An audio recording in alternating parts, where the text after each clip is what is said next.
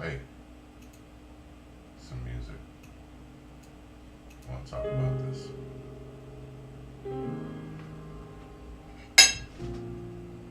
So, pie. Good.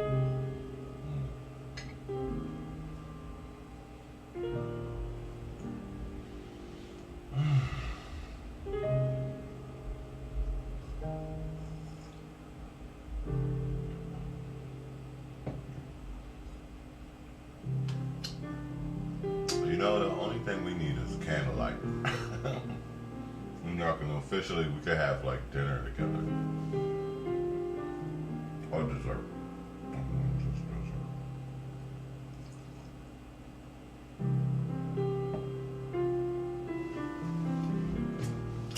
I want to talk about the this big smear campaign again. And it's a racist campaign, and it's too bad that I hadn't shaved. Sorry. Too bad that we're dealing with this kind of issue again, that any president has to deal with this. I think to a certain degree it should be understood that a president that is by mixed race like that is going to have to deal with two sides of one coin, and that's what it really is. And the beautiful thing about it is that you have a lot of people who can relate to just being in the middle, you know. But let me just say one thing about that. One thing about churches and priests and the thing they're saying now. I mean, come on, folks. There's racism on so many levels that at some point you gotta just pick it all up and say, okay, but right now there's something more important. And I'm pretty sure that any team of in Iraq of Americans do not care whether they black or white right now. Their buddy right next door to them, they're looking for them to save their lives. You got people that are throwing themselves on bombs to save their friends. Black or white, it don't matter. It's a team. If I'm closest to the bomb, I'm jumping on it. So after a while, there's certain things that are just more important than the same soot and waddling. And I would think America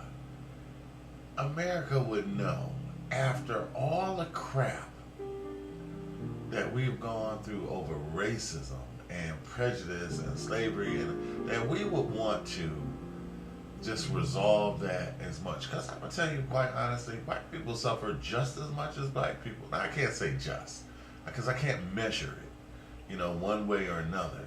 But I do know that there was a war, a consequence, a civil war that tore this country apart. White people, white men against white men because of slavery.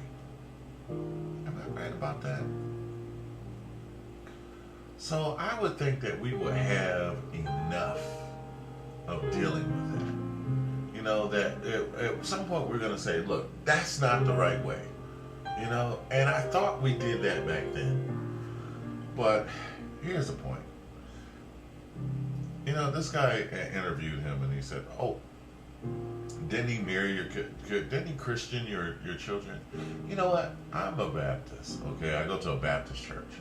I grew up Catholic. I don't go to that church. It's not for any particular reason that you guys can relate to. It's just that I don't go to that church. I mean, I do sometimes. I go when my parents want me to, but for whatever reasons, I don't go to that church.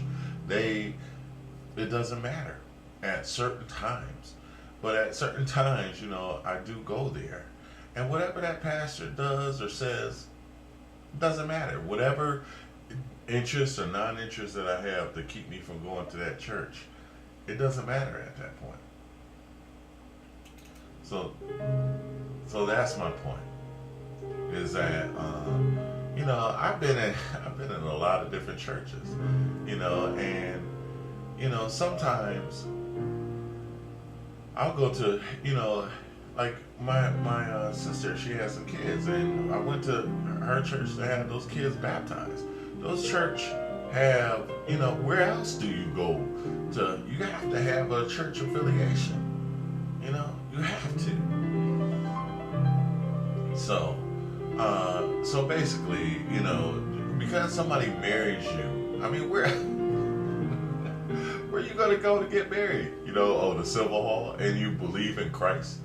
The reason why I don't mess around with married people, it's not because of I don't want the woman or I can resist the temptation any better.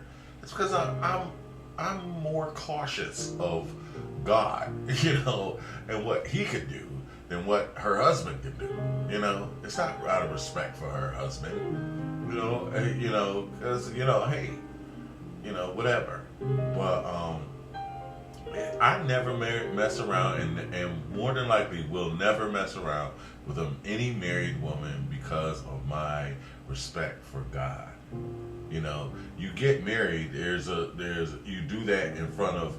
That's why it's much more serious. To me.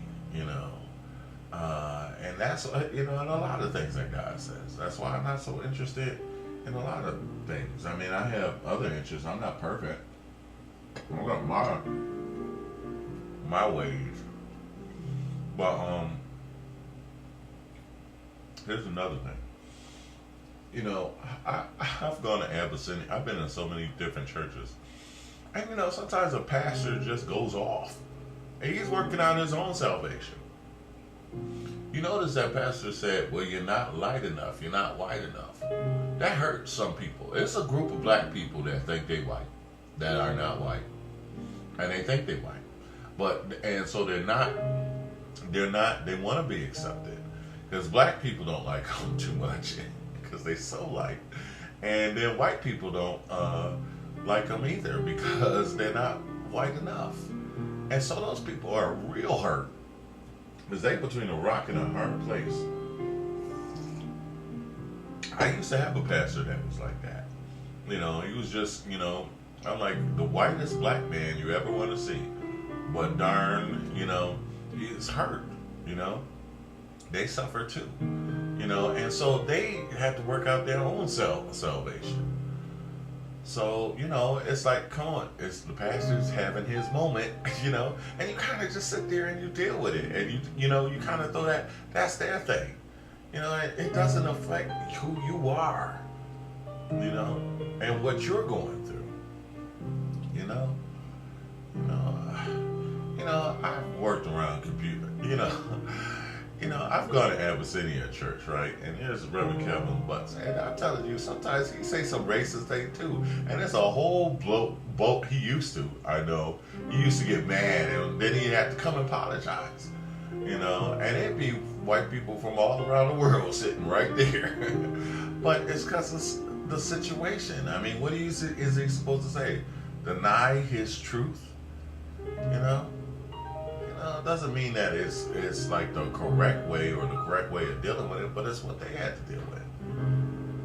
So, also, I've had preachers that, I mean, really, I've had, I've been, and to say that he's supposed to sit up and just walk out, just because your pastor goes off on their tangent, their rant. You know what? I use computer graphic software, and I've had programmers, computer scientists calling me a nigga. It's like, you computer graphic nigga. They call me all kind of niggas. I've been around those guys, and they hate me. A lot of them. And especially because of, my skin color and that I'm good at what I do. Some people just don't, I don't believe, to me, it's not about skin color. It's a deeper issue. It's about your own personal satisfaction with your work. If you're satisfied with your work, Why would you be concerned about anybody else's? That's, to me, it's a personal issue on their part. So I don't stop using the software because the programmer called me a nigga. You know, I just don't. I could have. I was mad enough, but I don't. You don't just jump out of church because the pastor is having a moment. Anyway, love you.